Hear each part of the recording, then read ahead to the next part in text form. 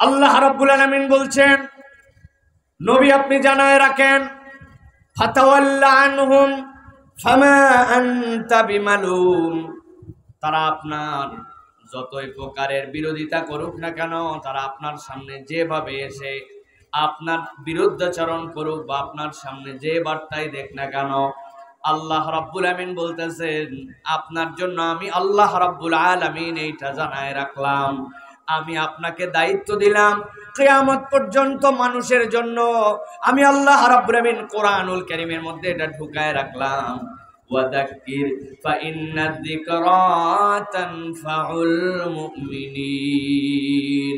আপনি কোরআনের এই আলোচনা, কোরআনের এই জিকির, কোরআনের এই স্মরণকে আপনি মানুষের কাছে পৌঁছায় দেন, আমি আল্লাহ গ্যারান্টার হলাম ফাইন্না যিকরা তানফাউল মুমিনিন। নিশ্চয় নিশ্চয় কোরআনের এই জিকিরের দ্বারা, কোরআনের এই আলোচনার দ্বারা, কোরআনের এই বার্তার দ্বারা, আল্লাহর এই কালামের স্মরণ করানোর দ্বারা মুমিনদের অবশ্যই অবশ্যই উপকার হবে। সুবহানাল্লাহ। এখন যদি জিজ্ঞাসা করা হয় মুমিনদের কি উপকার হবে, কোরআন দ্বারা মুমিনদের মূল কাজ কি হবে, আল্লাহ রাব্বুল আলামিন এই জায়গাতে তানফাউল মুমিনিন এইটাকে আল্লাহ রাব্বুল আলামিন আম বলে রেখেছেন, এইটাকে আল্লাহ রাব্বুল আলামিন খাস করেন নাই। আল্লাহ রাব্বুল আলামিন এইটার দ্বারা কি বেনিফিট দিবেন স্পেসিফিক এই জায়গাতে বলেন নাই, কিন্তু এর পরের তিনটা আয়াতে কারিমার দিকে যদি ইমানদাররা একটুখানি মাথা খাটায় তাহলে তাদের কাছে বার্তাটা পরিষ্কার হয়ে যাবে। আল্লাহ রাব্বুল আলামিন এরপরে বলছেন, ওয়ামা খালাকতুল জিন্না ওয়াল ইনসা ইল্লা লিয়াবুদুন। আল্লাহ বলছেন, ও দুনিয়ার মানুষ, আমি দুনিয়াতে যত জিন আর যত ইনসান সৃষ্টি করেছি, গভীর মনোযোগ দেন। আল্লাহ বলছেন কেবলমাত্র একমাত্র আমি তাদেরকে আমার ইবাদতের জন্য সৃষ্টি করেছি। মানুষ আর জিন আল্লাহর ইবাদতের জন্য সৃষ্টি। আল্লাহ বলতেছেন, ও আল্লাহর বান্দারা, আমি তোমাদেরকে ইবাদতের জন্য সৃষ্টি করলাম। তার মানে এইটা মনে করো না তুমি যে সালাত আদায় করো, তুমি যে দুনিয়ার বুকে আল্লাহ রাব্বুল আলামিনের জন্য সিয়াম পালন করো, আল্লাহর জন্য তোমার যে ডেডিকেশন, তুমি মনে করো না এইটা করে তুমি আল্লাহ রাব্বুল আলামিনের বিশেষ কোনো উপকার করে দিচ্ছ। এই জন্য আহলে সুন্নাত ওয়াল জামাতের আকীদা, দুনিয়ার সব মানুষ যদি আল্লাহর প্রশংসায় নিমজ্জিত হয়ে যায়, আমার আল্লাহর ইজ্জত এক চুল পরিমাণ বৃদ্ধি পায় না। আর দুনিয়ার সব মানুষ যদি আল্লাহ বলা ছেড়ে দেয়, আমার আল্লাহ এত মহান, আমার আল্লাহর ইজ্জত এক চুলও কমে না। ঠিক না? আল্লাহ এই জন্য বলছেন, আমি তোমাদেরকে আমার ইবাদতের জন্য সৃষ্টি করেছি। তবে জেনে রাখো আমি আল্লাহ রাব্বুল আলামিন তোমাদের কাছে বার্তাটা দিয়ে রাখলাম, মা উরিদু মিনহুম মির রিজকিন ওয়া মা উরিদু আন ইউতঈমুন। তারা যে আমার ইবাদত করে এর দ্বারা আমার টার্গেট এইটা না যে তারা আমাকে খাওয়াবে, তারা আমাকে রিজিক দিবে। এই ইবাদত আমার আল্লাহর জন্য রিজিক নয়। আল্লাহ রাব্বুল আলামিন তাদেরকে খাদ্যের মুখাপেক্ষী নয়, রব্বুল আলামিন তাদের রিজিকের মুখাপেক্ষী নয়, বরং আল্লাহ নিজের পরিচয় দিচ্ছেন, ইন্নাল্লাহু ওয়ার রাজ্জাকু যুল কুওয়াতিল মাতিন।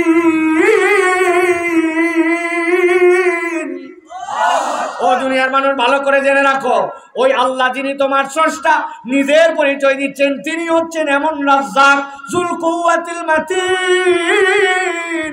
দুনিয়ার সবাই তার দিকে মুখাপেক্ষী, তিনি কারো মুখাপেক্ষী নন। এই আয়াতে কারিমাগুলা যেইটা আপনাকে এই পর্যন্ত বললাম, প্রথম আয়াতে কারিমা বোঝানোর জন্য এবার উল্টা দিক থেকে এবার আপনাকে যেতে হবে। একটু ঠান্ডা মাথায় দেখেন তো আল্লাহ কি বোঝাতে চেয়েছেন। আল্লাহ বলতেছেন, ও দুনিয়ার মানুষ, তোমার রব কারো রিজিকের মুখাপেক্ষী নন, বরং তিনি হচ্ছেন রাজ্জাক, তিনি হচ্ছেন যুল কুওয়াতিল মাতিন। আল্লাহ তার আগের আয়াতে বলতেছেন, মা উরিদু মিনহুম মির রিজকিন ওয়া মা উরিদু আন ইউতঈমুন। তিনি চান না তোমাদের কাছে তোমরা তাকে রিজিক দিবে, তোমরা তাকে খাওয়াবে। তার আগের আয়াত আল্লাহ বলছেন, ওয়া মা খালাকতুল জিন্না ওয়াল ইনসা ইল্লা লিয়াবুদুন। এই জিন আর ইনসানকে কেবলমাত্র আল্লাহর ইবাদতের জন্য সৃষ্টি করা হয়েছে। তার আগের আয়াত আল্লাহ রাব্বুল আলামিন বলছেন, ওয়াযাক্কির ফাইন্নায-যিকরা তানফাউল মুমিনিন। আপনি এই জিকির, এই কোরআন তাদের কাছে দেন, আমি আল্লাহ গ্যারান্টার হলাম এইটা ঈমানদারদের জন্য কল্যাণ দিবে। আল্লাহ যেই কল্যাণকে এখানে আম রেখেছেন, আল্লাহ নিজ থেকে রিজিককে যুক্ত করে করে উপর পর্যন্ত এসেছেন। রব্বুল আলামিন মূলত এর দ্বারা বোঝাতে চান, বান্দা তার জীবনে যত ধরনের রিজিক লাগবে আল্লাহর এই কালামের দ্বারা, আল্লাহর এই জিকিরের দ্বারা, কোরআনের এই মহাব্বতের দ্বারা, দ্বীনের এই আলোচনার দ্বারা আল্লাহ বান্দার জীবনে সব ধরনের রিজিকের ব্যবস্থা করে দিতে পারে। আপনি রিজিক মানে মনে করছেন আহারে এক প্রতিষ্ঠানে কাজ করলাম ৫-৭ বছর হয়ে গেল, বেতন বাড়ে না, আপনি মনে করছেন আপনার বেতন আপনার রিজিক। আরেকজন মনে করছে আহা আমার আল্লাহর দয়ায় চাইল ডালের সমস্যা নাই, বাজার হাটের সমস্যা নাই, সে মনে করছে এটাই তার রিজিক। কিন্তু আল্লাহ রাব্বুল আলামিন নবীর মাধ্যমে জানাচ্ছেন, কেউ যদি তার খাদ্য আর চাকরিকে কেবল রিজিক মনে করে, এইটা তার রিজিকের বুঝের 5% হয় নাই। তার জীবনে আল্লাহর পক্ষ থেকে এত ধরনের রিজিক আছে সে কল্পনাই করতে পারে না। আমি যদি ছোট্ট উদাহরণ দেই, আপনি আপনার আমার চোখ, এই চোখ দিয়ে যে সকালবেলা উঠে আমার চোখ খুলে গেল, এরপরে সারাদিন চোখ পাপড়ি ফেললাম আর আমি দেখতে থাকলাম, অথচ এই চোখ যে হাজার হাজার বার চোখ খুললো আর বন্ধ হলো, এইটার পিছনে আপনার কোনো ফুয়েল লাগলো না, এইটার পিছনে আপনার কোনো পানি দেওয়া লাগলো না। অথচ একটা গাড়ির ড্যাশবোর্ডের সামনে যে ওয়াইফার থাকে, এইটা যদি আপনার ঠিকঠাক মতো একদিন চলান আর পানি দেন মাঝে মাঝে, তাহলে ভেতরের ট্যাঙ্কি খালি হয়ে যায়। আর আপনি সারা জীবন, আমি সারা জীবন চোখটা মেললাম আর বন্ধ করলাম, আমার চোখের জন্য আমার কোনো চিন্তা করতে হলো না যে মলম ঠিক মতো আছে কিনা, লিকুইড ঠিক মতো আছে কিনা। 70 বছরে একবার ওই চোখের পাপড়ি জবাব দিল না যে ভাই অনেক কষ্ট করছি, আর সম্ভব না, তুই আজকে চোখ খুলবি না, বলছে নাকি ভাই? রিজিক আমি বুঝি নাই যে আমার রিজিক আল্লাহ রাব্বুল আলামিন কেমনে দিলেন। আমি এত ওয়াজ করলাম আর হাত যে এতবার নড়ালাম, আমার হাতের যদি একটা লিমিট করা থাকতো, ভাই তোমার হাত বহুত নড়ছে, 10 বছর ওয়াজ করতেছো, খালি হাত নড়ালে আর ঝাঁকি মারলে একদিন 150 বারের বেশি নড়বে না। হঠাৎ করে দেখছে এরকম করে নড়ানোর পরে শেষ ছিল ওইটাই 150 বার, এরপরে হুজুরের হাত আর নড়ে না। এরকম হয়েছে নাকি আপনাদের কোনোদিন ভাই? নখগুলো এরকম হয়েছে নাকি? তো আমি খালি মনে করছি ভাত আর আমার খাবার, এইটুকুই রিজিক। আমার লাইফ পুরাটা যে আল্লাহর রিজিকের উপরে চলতেছে, এইটা আমরা কল্পনার মধ্যেও নেই নাই, ঠিক কি না? ও ভাই, কারা কারা এখানে আছেন যারা বাথরুমের ভিতরে স্যান্ডেল ব্যবহার করেন? হাত তোলেন তো ভাই কি। মাশাআল্লাহ, খুবই স্বাস্থ্য সচেতন মানুষ আপনারা। বাথরুমের সাইজ কত আপনাদের? 3 feet by 5 feet, 4 feet by 5 feet, ছোট্ট ছোট্ট জায়গা, ঠিক না? এই বাথরুমের ভিতরে আপনি ঢোকেন, ঢুকানোর পরে কারা কারা বাথরুমের ভিতরে দৌড়াদৌড়ি করেন? আসেন কেউ ভাই? বাথরুমের ভিতরে সকাল বিকালের মর্নিং ওয়াক সারেন? আসেন ভাই? না, আমি অযৌক্তিক কারণে জিজ্ঞাসা করছি না, বোঝেন আগে। বাথরুমের ভিতরে দৌড়ানো না, বাথরুমের ভিতরে হাঁটেনো না, গেলেন জুতা পরলেন, বাথরুম সারলেন, হয়তো অজু করলেন, মুখ চোখ ধুলেন, বাইরে হয়ে আসলেন, সর্বোচ্চ ধাপ ফেলা লাগে 10 থেকে 15টা, ঠিক না ভাই? কিন্তু 3 মাস যাইতে না যাইতেই আপনার যে স্যান্ডেলখানা বাথরুমে ছিল, আহা, ওই স্যান্ডেল জবাব দিয়ে দিছে। ওই স্যান্ডেলের তলা খোয়াইতে খোয়াইতে ওইটা স্লিপ করে পিছলায় যায়, চিন্তা করে স্যান্ডেল বদল করা লাগবে। ওইটার যে ফিতা নিচে খোয়ায় পায়ের নিচের গোড়ালির সাথে লাগে, ওইগুলো ব্যথা লাগে, ওই জুতাটা বদল করা লাগবে। তাছাড়া কোন দিন বাথরুমের মধ্যে পইরা মাজা জানি আমার ভাঙবে, হয় কিনা ভাই? আমি বুঝানোর জন্য বলছি, বাথরুমে হাঁটেন না, চলেন না, ঘোরেন না, দৌড়ান না, কিন্তু 3 মাসে আপনার স্যান্ডেলের তলা খোয়ায় যায়। আপনি সারা দিন যত চলাফেরা করেন, এর মাত্র 15 থেকে 20% আপনার জুতা পরা, আর বাকিটা আপনার জুতা খোলা। ঘরের ভিতর জুতা খোলা, বিছনায় উঠেন জুতা খোলা, মসজিদের ভিতরে জুতা খোলা, যা কাজ করেন জুতা খোলা, আপনি খালি পায়ে হাঁটা চলা করেন। আপনার পায়ের তলার জুতা বাথরুমে 3 মাসে অল্প একটু ঘোরার পরে খোয়ায় যায়। আর আপনার আমার বয়স 70 বছর হয়ে গেল, আজ পর্যন্ত পায়ের তলার চামড়া কোনোদিন খোয়ালো না, অথচ 80% সময় পা খোলা থাকে। তাহলে কোন আল্লাহ আপনার পায়ের তলার জুতা খাওয়ান আর পায়ের চামড়া খোয়ায় দেন না? আপনি মনে করছেন রিজিক মানে খাওয়া দাওয়া, রিজিক মানে কেবল খাওয়া দাওয়া না, এইটাও আল্লাহর পক্ষ থেকে আপনার আমার জন্য রিজিক, ঠিক কিনা? এটা হচ্ছে জীবন, এটা হচ্ছে কল্পনা। আল্লাহ বলছেন ফাযাক্কির ফাইন্না যিকরা তানফাউল মুমিনিন। বান্দা, তোর যত ধরনের উপকার লাগবে আল্লাহ চাইলে এই কোরআন দ্বারা, এর আলোচনার দ্বারা, এর মুহাব্বত দ্বারা, এর হালাকা দ্বারা, এটার বুঝ দ্বারা, এটার তবিয়ত দ্বারা, এটার মান্যতার দ্বারা আল্লাহ সব রিজিক দিবেন। সুবহানাল্লাহ। কার যেন বইয়ের সাথে মিল হয় না, এরকম আছে নাকি এলাকায় ভাই? ও বাবা, আছে, জোরে বলেন না। চেহারা চিনে ফেলবে লোকজন। আপনি অন্যের বইয়ের খবর কেমনে জানলেন? তার মানে এই আছে মানে আমি, ঠিক না ভাই? আহা, বইয়ের সাথে মিল নাই, স্বামীর সাথে মিল নাই, সন্তানটা কথা শোনে না, যা কামাই রুজি করে বাহিরের মানুষ মনে করে বড় হাসি খুশি আছি, কিন্তু আসলে সংসারের টানাটানি ফুরায় না। কামনা ছিল আর কতদিন মানুষের দোকান, নিজেই একটা দোকান দিব। কামনা ছিল একটা ছেলে হোক, একটা মেয়ে হোক, অমুক লাগবে তমুক লাগবে, কত কামনা, কিন্তু আমার কামনার সাথে বাসনা আমার মিলে না। আল্লাহ বলছেন, ইমানদার, তুমি যদি সত্যিকার্থে কোরআনের সাথে সম্পৃক্ত হতে পারো, আল্লাহর নবী আপনি ঘোষণা দিয়ে রাখেন, ফাযাক্কির ফাইন্না যিকরা তানফাউল মুমিনিন। ইমানদারের এর দ্বারাই আল্লাহ রাব্বুল আলামিন যে ধরনের উপকার চাইলে আল্লাহ সব পূরণ করে দিতে পারেন। সুবহানাল্লাহ। তাহলে এবার বুঝে থাকলে বলেন, এত কষ্ট করে যে জায়গায় আসছেন, দাঁড়ায় দাঁড়ায় কথা শুনতেছেন, এই কথা শোনার দ্বারা আমাদের লাভ আছে না নাই? একটু কথা বললেন যুবকেরা, আছে না নাই? প্রিয় ভাইয়েরা, এই জন্য আমরা যারা আসছি, আমরা একটু কোরআনুল কারীম থেকে যেহেতু এসেই গেছি, আমরা কিছু কথা শুনে তারপরে যাব ইনশাআল্লাহ। তবে আমি আপনাদের কাছে আবারও বলি, আমি এই চক্রবর্তী সহ এলাকায় এর আগেও আসছি, আমি কিন্তু আপনাদের কাছে সব সময় বলি, আমার ওয়াজ কিন্তু মুরব্বীদের জন্য না ভাই, আমার শ্রোতা হচ্ছেন তরুণ যারা। সুতরাং যেই মুরব্বীরা অনেকক্ষণ বসে আছেন, আপনাদের জন্য ছুটি দেওয়া থাকলো। যদি আপনাদের মনে না টানে, দিলে না ভালো লাগে, তাহলে আপনারা কিন্তু চলে যেতে পারেন, কোনো সমস্যা নাই। কিন্তু আমার শ্রোতা হচ্ছে তারা ইয়াং যারা, যুবকরা আসো ভাই, কারা কারা তরুণেরা আছে দেখে একটু হাত দুটা উঁচু করেন। মাশাআল্লাহ, হাত শক্ত করে তোলেন, সোজা করে তোলেন, সোজা সোজা সোজা হয় নাই, সোজা করেন। ও বাবা, আমি তো তরুণদেরকে হাত তুলতে বলছি, কয় দাড়ি পাকা মুরব্বিও কয়টা উঠায় ফেলছে। ওনারা আমাদের দলে যদি আসতে চায়, আমাদের নিতে কি কোনো বাধা আছে ভাই? বাধা আছে? তাহলে এবার তরুণ যুবক যে যেখানে আছেন, দুইটা হাত উঁচু করে আল্লাহকে দেখান। শক্ত করছেন সবাই, শক্ত করছেন, সোজা করেন, সোজা সোজা সোজা সোজা হয় নাই, সোজা হয় নাই। আরে ভাই, একটু ডাইনে বামে থাক, আরেকবার হাত নামান, হাত নামান, একসাথে সবাই উঠাবেন এবার একদম। যে যেখানে আছেন টান টান করে দুটো হাত সোজা করেন। মাশাআল্লাহ, সোজা করছেন সবাই? একটু নড়াচড়া দেন না ভাই, একটু দেখি না, একটু কোমরটা একটু টানা দেন, কোমরটা টানা, অনেকক্ষণ বসে আছেন, দিছেন, টানা দিছেন। পাটা একটু বদল করেন, হাত কিন্তু নামাবেন না, পা বদল করেন। যে পায়ে ছিলেন পাটা চেঞ্জ করে আরাম করে বসেন, বসছেন, এবার সোজা করছেন হাত। এবার গলাটা একটু পরিষ্কার দেন, হয় নাই, ভালো করে একটু পরিষ্কার দেন। শক্ত করে হাত সোজা করেন। কেউ কে হাত নামায় ফেলছে কারা কারা দেখেন তো, ভাই হাত সোজা করা, এই ছেলে, শক্ত করছেন সবাই?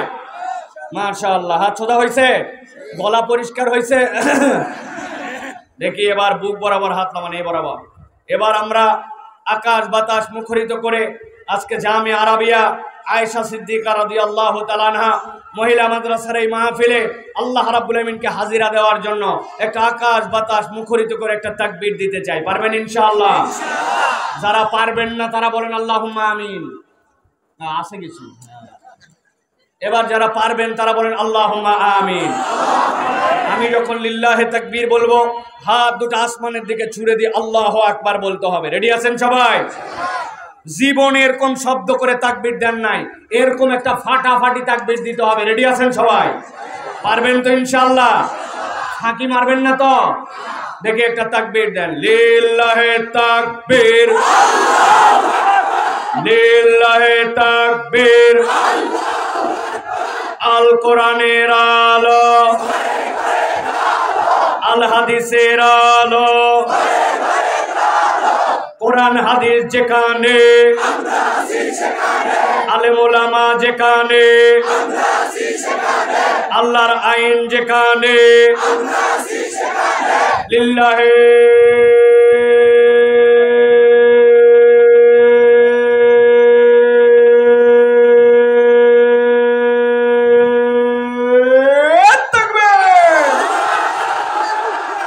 আলহামদুলিল্লাহ। হাত নামান, হাত নামান। শয়তান আছে আর যেইগুলারে মনে করছিল অনেক রাত হয়ে গেছে আর মাহফিলে থাকার দরকার আছে, এখন দেখবেন এইগুলা একটাও আর শয়তানের সাথে আর কাজ করতে পারে না, ঠিক কি না? এই জন্য আমরা কোরআনুল কারীম থেকে অল্প একটু কথা শুনতে চাই। আল্লাহ রাব্বুল আলামিন যেই কথা শুনলে দুনিয়া আখিরাতে আমাদের জন্য কল্যাণ দান করবেন, এরকম কিছু কথা আল্লাহ যেন শোনার তৌফিক দেন, বলেন আল্লাহুম্মা আমিন। আমি আপনাদের কাছে আজকে নিয়ত করছি সংক্ষিপ্তভাবে একটা প্রসঙ্গে কথা বলবো, তবে যে প্রসঙ্গে কথা বলবো এই প্রসঙ্গটা আমাদের জীবনের জন্য অত্যন্ত গুরুত্বপূর্ণ। আমি আপনাদের কাছে আর ভূমিকা না দিয়ে মূল কথার মধ্যে প্রবেশ করব। এই মনিটরটা ছেড়ে দিতে হবে, হ্যাঁ? এই বাম পাশে শব্দ আসতেছে না, এটা একটু ঘুরাই দিতে হবে আমার দিকে, বাম পাশে এইদিকে, হ্যাঁ ঘুরাই দেন, ওইটাও ঘুরাই দেন। আমরা যে প্রসঙ্গে আজকে কথা শুনবো অত্যন্ত গুরুত্বপূর্ণ একটি প্রসঙ্গ।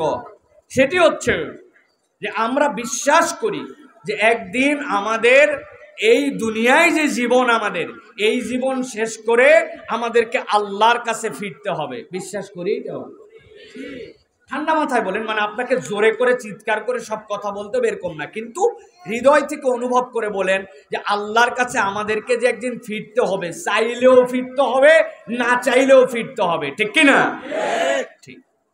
এখন আল্লাহর কাছে যখন বান্দা ওই দিবসে উত্থিত হবে, ওই দিন আল্লাহর সামনে যখন দাঁড়াবে, আল্লাহ রাব্বুল আলামিন এই বান্দাদের হিসাব নিকাশ করবেন। হিসাব নিকাশ করে তারপরে আল্লাহ রাব্বুল আলামিন বান্দাদের ডেস্টিনেশনে পাঠাবেন, বান্দাদেরকে আল্লাহ রাব্বুল আলামিন চূড়ান্ত তার গন্তব্যে প্রেরণ করবেন। এইটার প্রতি আমাদের ঈমান আছে তো ভাই? এইটার প্রতি ঈমান না থাকলে তো আমি মুমিনই না, আমি তো মুসলমানই না। তাহলে আমার এই বিশ্বাসটুকু আছে। আজকে আমরা মূলত যে বিষয়ে কথা শুনবো সেটি হচ্ছে ওই দিবস, যেই দিবসে আল্লাহর কাছে যাওয়ার পরে আমাদেরকে আল্লাহর সামনে হিসাবের মুখোমুখি হতে হবে। আল্লাহ কোরআনুল কারীমের মধ্যে অদ্ভুতভাবে অনেকগুলা পরিচয় দিয়েছেন, যেই পরিচয়ের মধ্যে আল্লাহ বলছেন যে ওই দিন আমার সামনে আসার পরে ওই মানুষদের যখন বিচার করা হবে, বিচার হওয়ার পরে ওরা আল্লাহর কাছে আফসোসে আফসোসে কপাল চাপড়ায়, বুক চাপড়ায়া, অস্থির হয়ে কতকগুলি কথা বলবে। বুঝে থাকলে বলেন, কিয়ামতের দিবস কি হয়ে গেছে? একটু উত্তর দিতে হবে সবাইকে আস্তে করে। কিয়ামতের দিবস কি হয়ে গেছে? বিচার ফাইসালা কি হয়ে গেছে? না, বিচারও হয় নাই, কিয়ামতও হয় নাই, কিন্তু আল্লাহ রাব্বুল আলামিন কোরআনুল কারীমের মধ্যে জানাচ্ছেন বিচার হওয়ার পরে কতক শ্রেণীর মানুষ আল্লাহর সামনে ওই দিন আফসোস করতে শুরু করবে। কি মিরাকল! কবে বিচার, কবে ফাইসালা, কবে আফসোস, কিন্তু আল্লাহ কোরআনে সেটা জানাইছেন। মুফাসসিররা ব্যাখ্যা করছেন আল্লাহর নাম হচ্ছে জাতের আল্লাহ, কিন্তু আল্লাহ রাব্বুল আলামিনের সিফাতের অনেকগুলা নাম আছে, কিন্তু আল্লাহর সিফাতের নামসমূহের মধ্যে থেকে যেই নামটা আর রহমান, ওই নামটাও আল্লাহর জাতের স্থলাভিষিক্ত, এই নামটাও আল্লাহর জাতের মাকাম। সুবহানাল্লাহ। কি হিসাবে রহমান? জাতের মাকাম রহমান। আল্লাহ এই জন্য যে কিয়ামতের ভয়ঙ্কর দিবসে যে বিচার হবে, যে ফাইসালা হবে, ওই দিন বান্দা যে প্রশ্নের কারণে ওই দিন আটকায় যাবে, যেই কথা বলবে, আল্লাহ রাব্বুল আলামিন ওই কথাগুলোকে কোরআনুল কারীমের মধ্যে বিচারের দিবসের আগে, ফাইসালার আগে বান্দার কাছে জানাই দিয়ে রাখছেন, যাতে করে বান্দা পূর্ণ প্রস্তুতি নিয়ে আসতে পারে, একটা বান্দাও যেন জাহান্নামে না যায়। আল্লাহ এই জন্যই প্রশ্ন আগে জানাইছেন, এই জন্য আল্লাহ হচ্ছেন রহমান। সুবহানাল্লাহ। প্রিয় ভাইরা, আজকে আমরা মূলত হাসরের দিনে 5 শ্রেণীর মানুষ নির্ধারিত 5টা কারণে আল্লাহর কাছে আফসোস করবে। আমরা ওই দলের মধ্যে আল্লাহ না করুক, যদি অন্তর্ভুক্ত হয়ে থাকি আজকেই কারেকশন করে নিব। আর যদি দোষ আমাদের মধ্যে এরকম দেখি তাহলে সেখান থেকে বাঁচার জন্য পদক্ষেপ নিব। এই রকম হাসরের দিবসে আল্লাহর সামনে বান্দারা যে আফসোস করবে, ওই আফসোসকারীদের কারণ কি হবে আল্লাহ কোরআনে যেটা বলেছেন, এরকম 5টা বিষয় জানবো, শিখবো, আমলের নিয়ত করব, চলে যাব। রাজি আছি ইনশাআল্লাহ? তাহলে আমরা আজকে কয়টা আফসোসের কারণ শুনবো? একসাথে বলতে হবে কয়টা। হাতগুলা নিচে নামান। আমি যখন বলবো কয়টা, হাত তুলে একসাথে উত্তর দিতে হবে 5টা। কয়টা? আরেকবার, সব হাত উঠে নাই। কয়টা? কয়টা? মাশাআল্লাহ।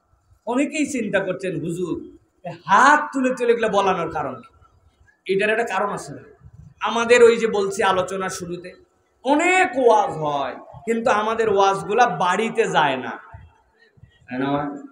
কালকে সকালবেলা যায় চায়ের দোকানে বলবে অনেক ওয়াজ এলাকায় হয়েছে, কিন্তু এইরকম ফাটাফাটি বক্তা আসে নাই, ফাটায় ফেলছে। এখন পাশের লোক বলছে ভাই আমি গতকালকে যে কারণে হোক মাহফিলে আসতে পারি নাই, বক্তা কি ফাটালো? বলছে তা বলতে পারবো না, কিন্তু ফাটাইছে। এরকম গল্প আছে না ভাই? এই ফাটায় লাভ কি যে ফাটানোর কারণ বলতে পারেন না? আমি আজকে আপনাদেরকে মুখস্থ করাই তারপরে বাড়িতে পাঠাবো।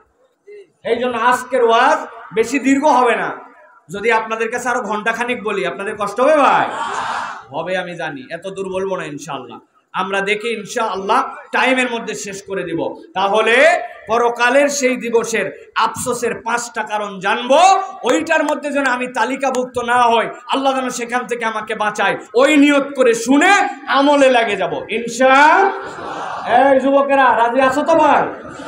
ইনশাআল্লাহ। চলেন তাহলে 1 নম্বরে আল্লাহ রাব্বুল আলামিন বলছেন কিয়ামতের ময়দানে বিচার ফয়সালা হওয়ার পরে এক শ্রেণী আল্লাহ রাব্বুল আলামিনের সামনে দাঁড়ায়া একটা কথা বলতে শুরু করবে আর আফসোস করতে শুরু করবে। আল্লাহ রাব্বুল আলামিন বলছেন সূরা আনামের ভিতরে, নবীজি সাল্লাল্লাহু আলাইহি সাল্লামকে মুখাতেব করে বলছেন ওয়ালাউ তারা ইয উকিফু আলান নারি ফাকালু ইয়া লাইতানা فقالوا يا ليتنا نرد ولا نكذب بآيات ربنا ونكون من المؤمنين। আল্লাহ রাব্বুল আলামিন বলছেন ও আমার হাবিব, দুনিয়ার বুকে আপনি এমন কতগুলা পণ্ডিত দেখেছেন, ঘাউরা ঘাউরা মানুষকে দেখেছেন, যাদের সামনে নবী আপনি স্বয়ং দাওয়াত নিয়ে আসছিলেন, আপনি তাদের কাছে স্বয়ং কালেমার কথা বলেছেন, কোরআনের কথা বলেছেন, ওরা তো কথা শুনে নাই, উল্টায় এমন অত্যাচার করেছে।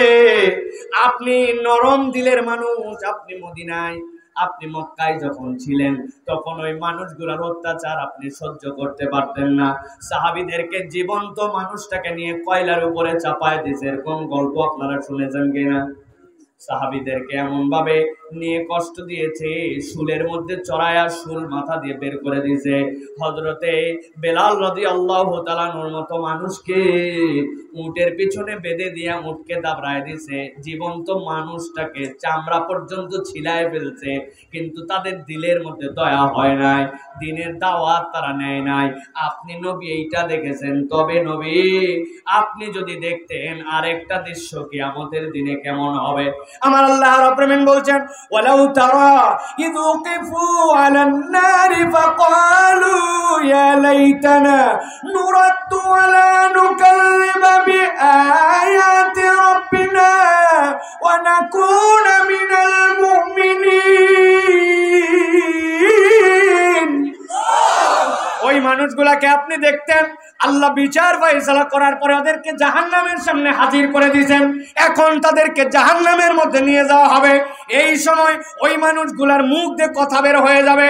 আল্লাহ বলতেছেন, তারা বলতে শুরু করবে ফাকালু, সবাই মিলে বলতে শুরু করবে ইয়া লাইতানা, আমাদের আজকে বড় আফসোস। কেন তোমাদের আফসোস? কি কারণে তোমাদের আফসোস? তারা বলতে শুরু করবে নুরাদ্দু, যদি আমাদেরকে আর একবার দুনিয়াতে ফেরত পাঠানো হতো, এই ব্যাককলের দল, তোরা তো দুনিয়ার থেকে এখানে আসছিস, দীর্ঘ একটা সময় তো দুনিয়াতে ছিলি, তোরা তো জানতি দুনিয়ার থেকে এই জায়গাতে আসতে হয়েছে, এইখান থেকে তো আর দুনিয়ায় ফেরত যাওয়ার সুযোগ নাই, তাইলে কেন আবার প্রত্যাশা করতেছিস যে আবার যদি দুনিয়ায় যেতে পারিস?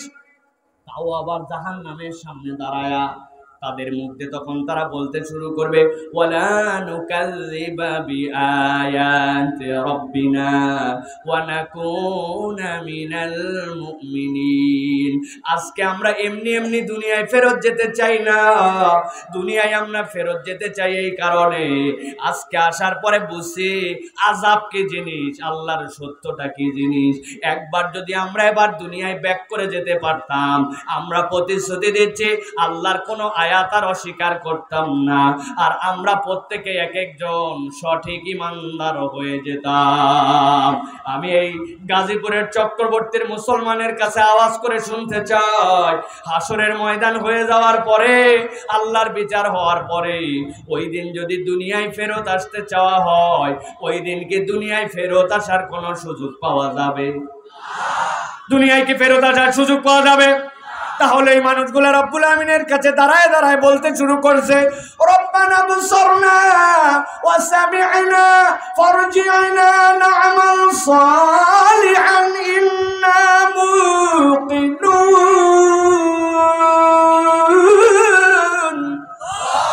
এই রব্বুল আলামিন, আমাদের যে আযাব ওইটা আজকে দেখে ফেলছি আল্লাহ, আমাদেরকে যে আযাবের কষ্ট সেইটা শুনে ফেলছি আল্লাহ, এতদিন পর্যন্ত বিশ্বাস করি নাই কিন্তু আজকে চোখে দেখে ফেলছি আল্লাহ।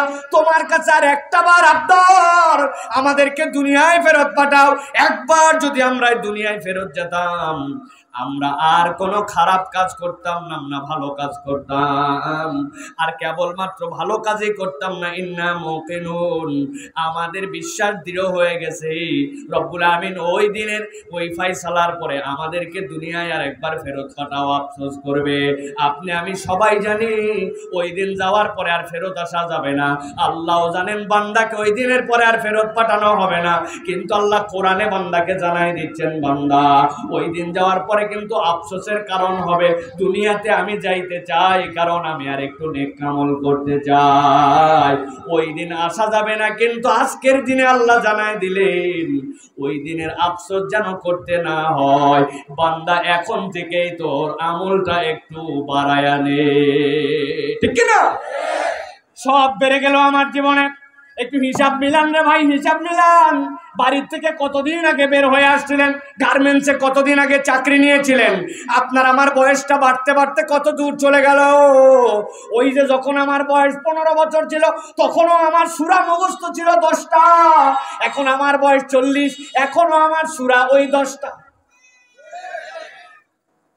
যখন আমি ছোট ছিলাম তখন আমি সানার অর্থ জানতাম না, তখন আমি দোয়াই কোনোটা ঠিকঠাক মতো পারতাম না। এখন আমার চাকরি হয়েছে, বাকরি হয়েছে, বাড়ি ভাড়া দেওয়ার মতো ক্যাপাবিলিটি হয়েছে, গ্রামে টাকা পাঠানোর মতো অবস্থাও হয়েছে, সংসার হয়েছে, সব বাড়লো, কেবলমাত্র হিসাব করলে দেখা যায় আমার আমল আর বাড়ে না। ছোটবেলায় জিজ্ঞাসা করতো, ভাই এশার নামাজ কয় রাকাত, আমাদেরকে বলছে, আমরা বলছি 17 রাকাত, ঠিক কিনা? কেমনে? আগে 4 রাকাত নামাজ পড়ো, এরপরে এশা পড়ো, এরপরে সুন্নতে মুআক্কাদা 2 রাকাত পড়ো, এরপরে নফল পড়ো, এরপরে 3 রাকাত বিতের পড়ো, এরপরে আয়েশা সিদ্দিকা রাদিয়াল্লাহু তাআলা না বসে বসে 2 রাকাত সালাত আদায় করতেন অথবা 2 রাকাত পড়তেন, ওইটাও পড়ার চেষ্টা করো। সবগুলা যোগ দিয়া এশার নামাজ ছিল 17 রাকাত, এখন সেটা কমতে কমতে হয়েছে 7 রাকাত, কারো কারো জীবনে হয়েছে কেবল 4 রাকাত, আবার কারো কারো জীবনে আছে এশার নামাজই না। এরকম লোক আসেনি ভাই? জুম্মার দিনে জুম্মা পড়ার জন্য অস্থির, এরপরে আসর পড়ে নাই, মাগরিব পড়ে নাই, এশা পড়ে নাই, এরকম মুসলমান আছে? একটু আওয়াজ করে বলেন, আছে নাকি? যারা এই রকম আসলে তারা কিরকম মুসলমান একটু হিসাব করলে দেখবেন আমাদের থেকে পাগলামি জিন্দেগি এই দুনিয়ায় কেউ যাপন করতেছে না। বলবেন হুজুর আমাদেরকে এত বড় কথা বললেন, পাগলামি জিন্দেগির ব্যাখ্যা কি? আমি ছোট্ট একটা গল্প বলি, দেখেন তো আপনার আমার জীবনের সাথে মিলে কিনা। বহু আগে বলছিলাম কুমিল্লার দিকে একটা পাগল ছিল, ওই পাগলের নাম হচ্ছে মুসনা পাগলা। কি পাগলা? কথা কি শুনতে পাচ্ছেন আপনারা ভাই? পাগলের নাম কি? পাগলের দোষ কি? কোনো দোষ নাই, সলিড পাগল, কাউরে জ্বালায় না, কাউরে ডিস্টার্ব করে না, কাউরে মারে না, শুধু একটা প্রেম আছে তার, ওই প্রেমের নাম হচ্ছে খালি বোতল। খালি বোতল ছিল, ফাঁকা বোতল, যেটা ফাঁকা বোতল যেখানে মুসনা সেখানে এক লোক একটা বোতল কিনছে পানির, ড্রিঙ্কসের বোতল, ড্রিঙ্কসের বোতল খাচ্ছে, ওইটা মুখের দিক তাকায় আছে। লোকজন বলছে এই খাবি নাকি ভাই? বলছে না খাবো না, তাড়াতাড়ি শেষ কর, বোতল লাগবে। ওরে জ্বালা, এর জ্বালাই তো খাওয়া যায় না, এর জ্বালাই তো বোতলের টেনশনে অস্থির থাকতে হয়, সারাদিন খালি বোতল কালেকশন করে। লোকজন কুমিল্লায় যারা ছিল তারা বুদ্ধি দিছে, ও ভাই কুমিল্লায় আর কয়টা বোতল? ঢাকা শহর হচ্ছে বোতলের শহর, তুই খালি যাবি ডাইনে বামে বোতল আর বোতল। অনেক পাম্পট্টি দেওয়ার পরে একদিন মুসনা পাগলায় পাগলা গ্রহণ করে নিছে পাম্পট্টি, বলছে এতই যেহেতু ঢাকায় বোতল, আমি আর কুমিল্লায় থাকবো না, আল্লাহ দিলে ঢাকায় রওনা দিয়ে দিব। কুমিল্লার লোকজন চিন্তা করছে অবশেষে বাঁচা গেল। বোতল পাগলা একদিন সকালবেলা উঠছে, উঠার পরে কুমিল্লার যে কয়টা বোতল আছে ওইটা বাদ দেয় নাই, পুরাতন লুঙ্গির ভিতরে সব ঢুকায়া, মাথার মধ্যে গিট দিয়া, এত বড় এক লাঠি ওইর মধ্যে ঢুকায়া, কান্দে করে নিয়া, আসসালামু আলাইকুম ওয়া রাহমাতুল্লাহ কুমিল্লাবাসী, আমি এখন ঢাকার উদ্দেশ্যে রওনা হলাম, আর জীবনে দেখা হতেও পারে নাও পারে। লোকজন বলছে আল্লাহ বাঁচালো। সকালবেলা থেকে হাঁটাকে সে হাঁটা, মুসনা বোতল নিয়ে হাঁটতেছে তো হাঁটতেছে, রাস্তার পাশ দিয়ে ডানে বামে তাকায় আর হাঁটে, হাঁটতে হাঁটতে হাঁটতে হাঁটতে দুপুর যখন ঘনায় আসছে, আসমানের দিকে মাথা তুলে দেখে সূর্য হাইলে গেছে। সূর্য হালার পরে যখন বুঝছে যে এখন মধ্যাহ্ন পার হয়ে গেছে, মধ্যাহ্ন পার হওয়া মানে এখন দুপুর পার হয়ে গেছে, লোকজনকে জিজ্ঞাসা করছে ভাই আমি তো ঢাকায় রওনা হচ্ছি, কতদূর আসলাম? বলতেছে তুই এখন পর্যন্ত অর্ধেকে আসতে পারিস নাই। জিজ্ঞাসা করছে দিন কতখানি বাকি? করছে 3/2 ভাগ শেষ, আর মাত্র 1 ভাগ বাকি। মুসনা চিন্তা করছে আজকে তো সূর্য অস্ত যাওয়ার আগে, তাহলে বাকি পথ আর কমপ্লিট করা সম্ভব নয়। সাথে সাথে কান্দের মধ্যে থেকে বোতল নামাইছে, হাতের মধ্যে যে লাঠি ছিল, লাঠি দিয়ে যেই জায়গায় ছিল আচ্ছা মতো দাগ দিছে। ওয়েস্ট ইন্ডিজের কিছু প্লেয়ার আছে দেখবেন, স্ট্যাম্পের উপর থেকে বেল তুলে কইরে 116 রানে অল আউট, ঠিক না? সুন্দর করে এরকম করে বাড়ি দিয়া, রাস্তায় মোটামুটি দাগ একটা আচ্ছা মতো দিয়া, এরপরে আবার বোতল টোতল তুলে উল্টা দিকে দিয়া এবার কুমিল্লার দিকে রওনা দিছে। সন্ধ্যার পরে পরে কুমিল্লায় আছে হাজির, সোফা ভাঙ্গে, চোখ ঢুকে অবস্থা খারাপ, শুয়ে আছে। লোকজন বলছে কিরে মুসনা, তুই না ঢাকা রওনা দিয়ে দিলি, চলে গেলি, আবার এখন কি জন্য সন্ধ্যার পরে কুমিল্লায়? বলছে আমার কথা বলার মতো সময় নাই, শরীরের অবস্থা ভালো না, তবে পাগলা আমি না, আজকে মুসনার যা করা লাগবে ওইটুকু করে তবেই মুসনা কুমিল্লায় আসছে। কি করে আসছিস ভাই? রওনা দিছিলাম ঢাকা যাব, দেখলাম মধ্যাহ্ন পার হয়ে গেছে, অর্ধেক নাকি রাস্তা পার হয় নাই, সূর্য ডুবার আগে আমি পৌঁছাতে পারবো না, এই জন্য যেই পর্যন্ত গেছিলাম ওইখানে সুন্দর করে দাগ দিয়া মরদ আজকে কুমিল্লায় ব্যাক করে আসে। আল্লাহ বাঁচালে আগামীকালকে সকালে যেখানে দাগ দিছি ওখান থেকে ঢাকা। বুঝে থাকলে বলেন তো, আগামীকালকে সকালে যদি ওইখান থেকে ঢাকা রওনা দেওয়ার নিয়ত করে, আর এই খেলা যদি প্রত্যেক দিন চলে, আর এইভাবে যদি কিয়ামত পর্যন্ত হায়াত পায়, তাহলে কি এই মুসনা কোনোদিন ঢাকার মুখ দেখবে? যারা বললেন না বুঝেন নাই মনে হয় দেখবে। তাহলে চিন্তা করেন মুসনা কেইসা পাগল, কত একটা আজগবি পাগলা এই জগতে আছে। এবার একটু নিজের দিকে তাকান। আজকে জুম্মার দিন, আপনি জুমার নামাজের জন্য সকাল সকাল রওনা দিয়ে দিয়েছেন, গোসলও করছেন, সুন্দর জামা কাপড়ও পরছেন, আল্লাহর ঘরে গেছেন, খতিব সাহেবের বক্তব্য শুনছেন, দিল নরম হয়ে গেছে, জুমা পরে এরপরে বাড়িতে চলে আসছেন, আপনি জান্নাতের দিকে কতখানি আগায় গেছেন। কিন্তু আসরের আজান হয়ে গেছে, আপনি আসরের নামাজে মসজিদে যান নাই, মাগরিব আপনাকে টানে নাই, এশা টানে নাই, আপনি ওয়াক্তের ফরজ বাদ দিছেন, জুমার নামাজ কেবল ধরে রাখছেন, জুমার নামাজ পড়ে আপনি জান্নাতের দিকে কতখানি আগালেন, আর ওয়াক্তগুলা বাদ দিয়া আপনি জাহান্নামের দিকে কত দূর গেলেন। বুকে হাত দিয়ে হিসাব মিলান। আসল পাগলা মুসনা না, মুসনার থেকে বড় পাগলা আমরা। আমার আল্লাহ রাব্বুল আমিন বলছেন, রব্বানা বসারনা ওয়া সামি'না ফারজি'না না'মাল সালিহান ইন্না মুকিনুন। ওই দিন যাওয়ার পরে মানুষেরা বলবে, আল্লাহ সব দেখে ফেলছে, আল্লাহ সব বিশ্বাস হয়ে গেছে, চোখের সামনে সব পেয়ে গেছে, আল্লাহ আমাকে একটু দুনিয়ায় ফেরত পাঠাও, আবার একটু আমল করতে চাই।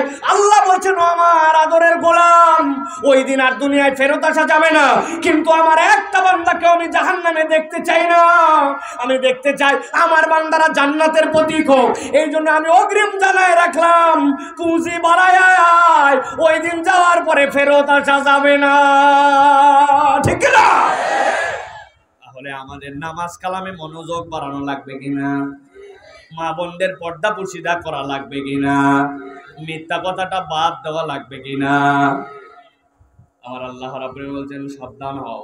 তাহলে 1 নম্বর, ওই দিন আফসোসের কারণ হবে, দুনিয়ায় যেতে চাই আমল বাড়ানোর জন্য, কিন্তু দুনিয়ায় আর ফেরত আসা যাবে না।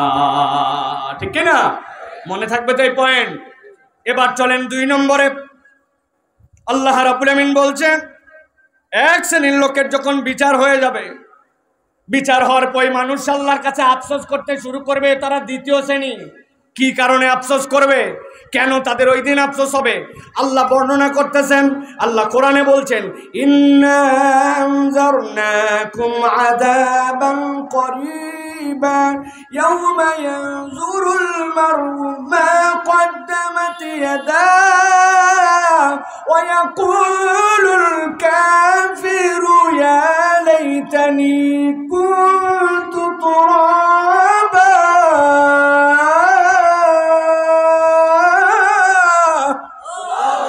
আমার আল্লাহ বলছেন, আল্লাহ সব মানুষগুলাকে, সব প্রাণীগুলাকে, সবগুলাকে আল্লাহর সামনে হাজির করে ফেলবেন।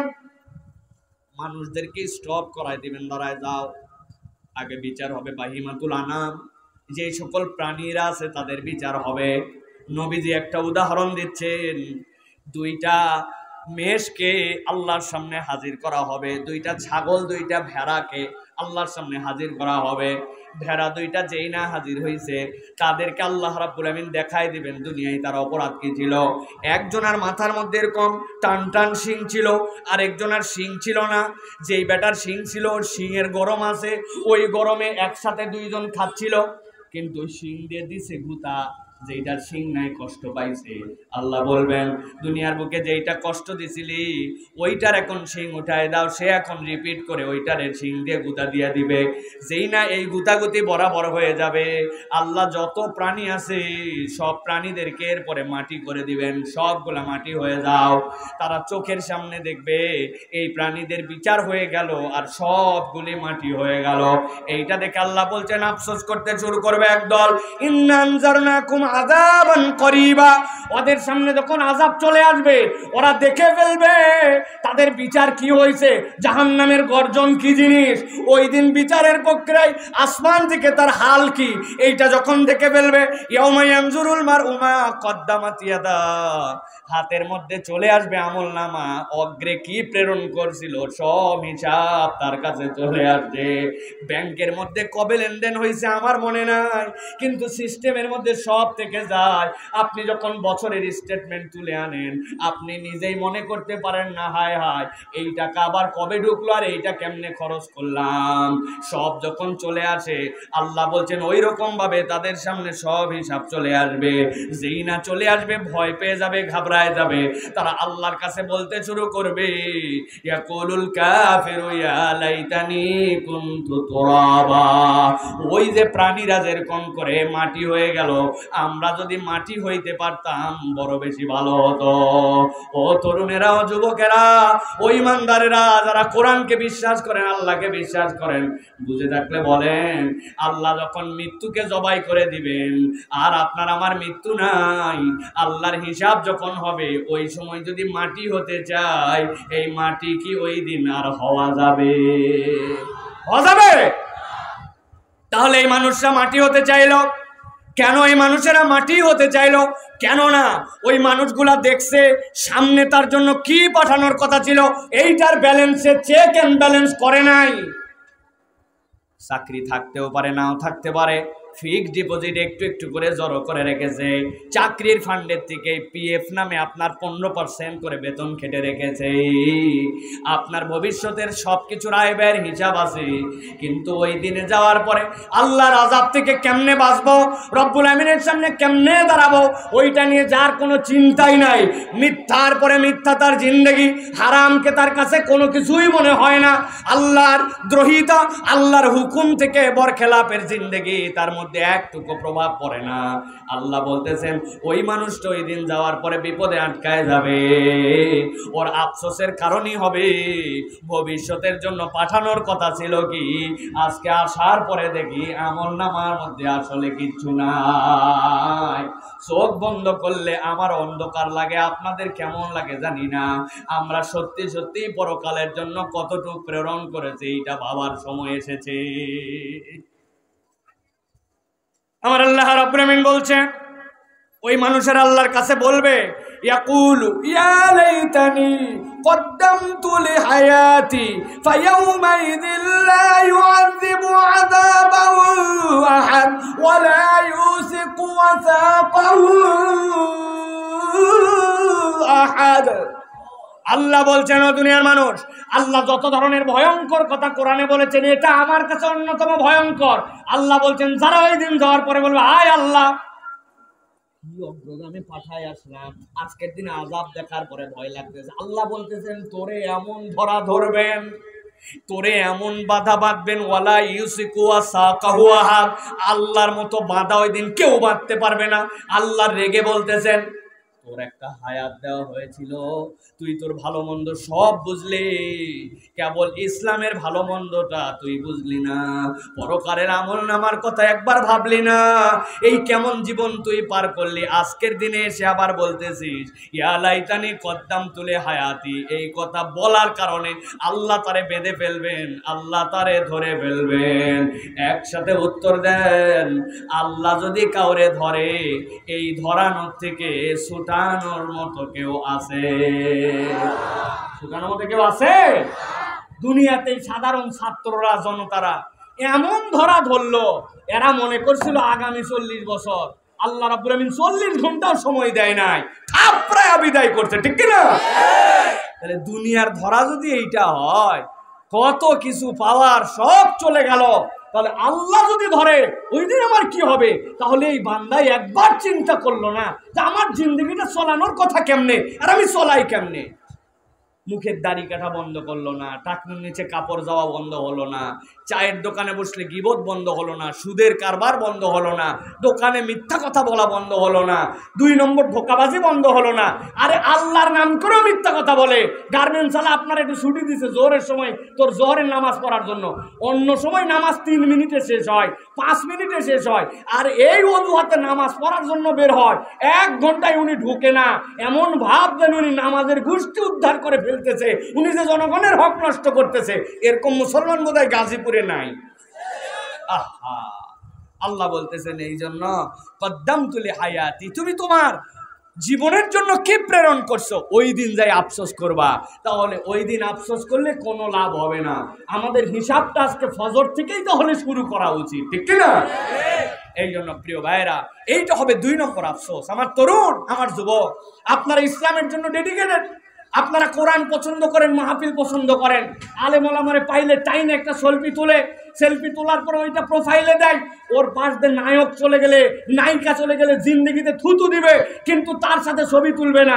এইরকম ইসলাম প্রেমী, আলেম প্রেমী ছেলে পেলে, কিন্তু আমলের দিকে যদি দেখা যায় তাহলে আমার আমলের তারাক্কি নাই, আমার খালি আবেগের তারাক্কি হয়ে গেছে। আমলের জন্য আমাদের চেষ্টা করতে হবে, ঠিক কিনা ভাই? এটা হলো 2 নম্বর। আপনারা আছেন তো ভাই ইনশাআল্লাহ?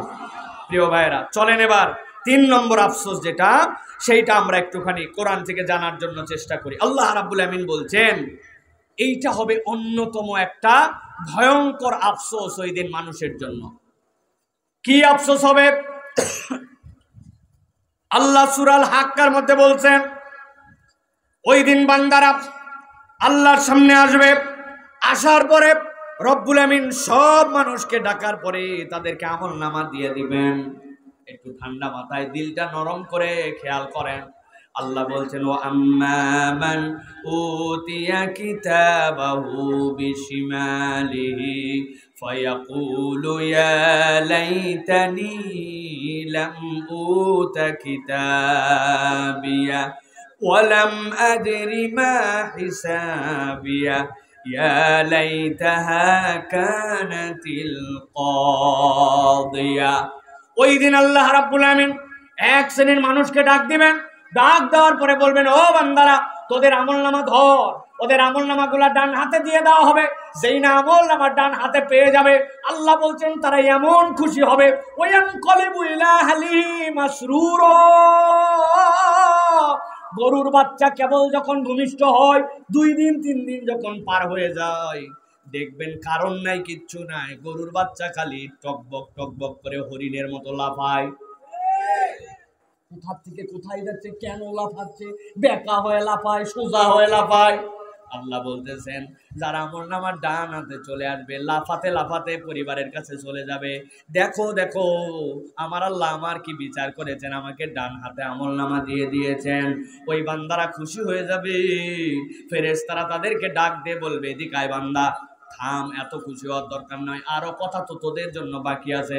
সালামুন কাওলাম মির রাব্বির রহিম ওয়ামতাজুল ইয়াউমা আইয়ুহাল মুজরিমুন। আল্লাহ বলছেন একদল লোককে সালাম দিয়ে দেওয়া হবে আর ওই মানুষগুলাকে মুজরিমদের থেকে আলাদা করে দেওয়া হবে। আল্লাহ বলছেন ওই বিচারের দিবসে ওয়াম্মা মান উতিয়া কিতাবাহু বিশিমালিহি, একদল লোকের আমলনামা বাম হাতে চলে আসবে। আল্লাহ বলতেছেন যে না বাম হাতে আসবে, ফায়াকুলু ইয়া লাইতানি লাম উতা কিতাবিয়া, তারা বলতে শুরু করবে হায় আফসোস, বিচার ফায়সালা যাই হোক না কেন আমাদের যদি কিতাবটা আজকে না দেওয়া হতো তাহলেই বেশি ভালো হতো। নবীজি ব্যাখ্যা করছেন হাদিসের মধ্যে ওই বান্দার বাম হাতে কিতাব দেওয়া হলো কিন্তু কেন সে কিতাব চাবে না? আল্লাহ রাব্বুল আমিন যার বাম হাতে কিতাব দিবেন এরকম নয়, বাম হাত পেতে দিল আর কিতাব পেয়ে গেলেন, বিষয়টা এরকম হবে না।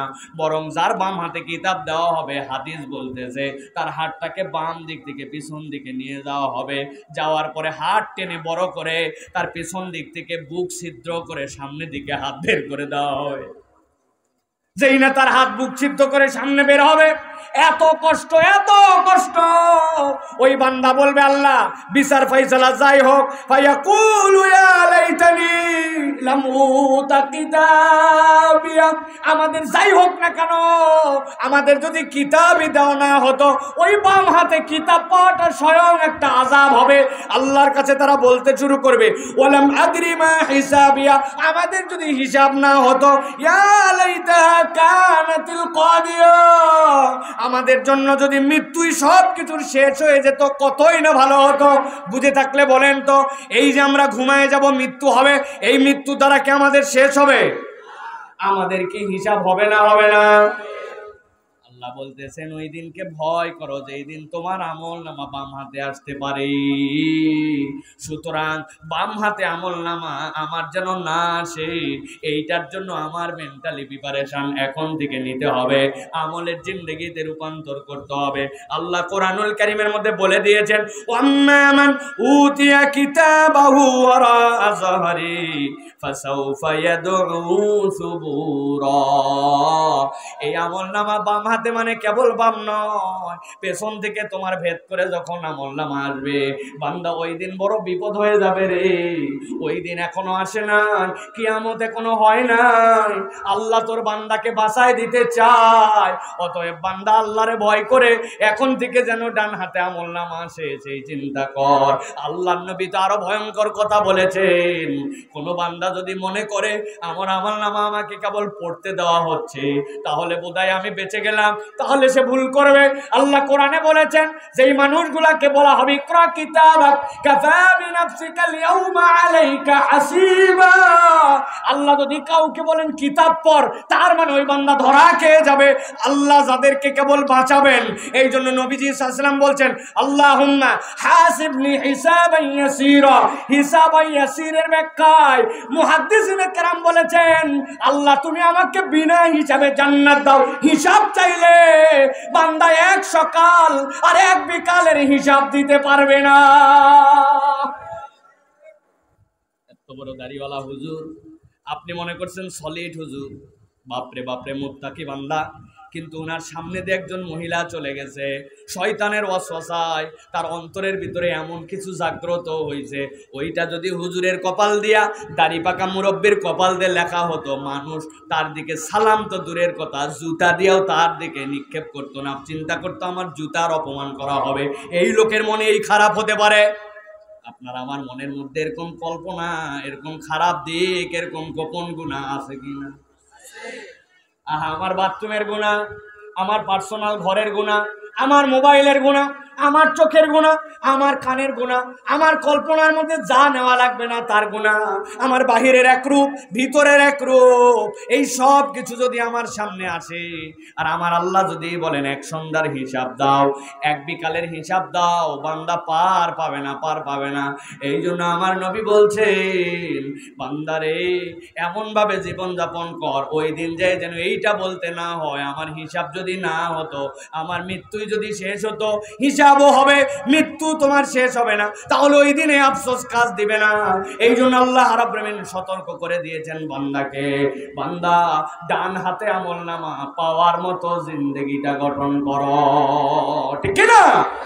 এখন ডান হাতে আমলনামা পাইতে হলে ডানপন্থী আপনাকে হতে হবে। আপনি ইসলাম পছন্দ করেন না, আপনি কোরআন পছন্দ করেন না, আল্লাহ রসুলকে পছন্দ করেন না, ততটুক পছন্দ করেন যতটুক আপনার প্রয়োজন। যেটাই আপনার প্রয়োজন মনে করেন না, আপনি ইসলাম ওইটুক পছন্দ করেন না। এরকম মুসলমান আসেনি ভাই? বুঝে বলেন, আসেনি ভাই? নামাজের ইসলাম মানে, রোজার ইসলাম মানে, কিন্তু যদি বলা হয় আল্লাহর জমিনে আল্লাহর দিন বিজয়ী হোক, আল্লাহর জমিনে আল্লাহর বিধান অনুযায়ী বিচার ফাইসালা হোক, কোরআনের রাষ্ট্র কায়েম হোক, তখন ওই মানুষেরা বলে এই হুজুরেরা দলের কথা বলে। আছে কি না? ঈমান বিক্রি করতে এদের বেশি সমস্যা হয় না।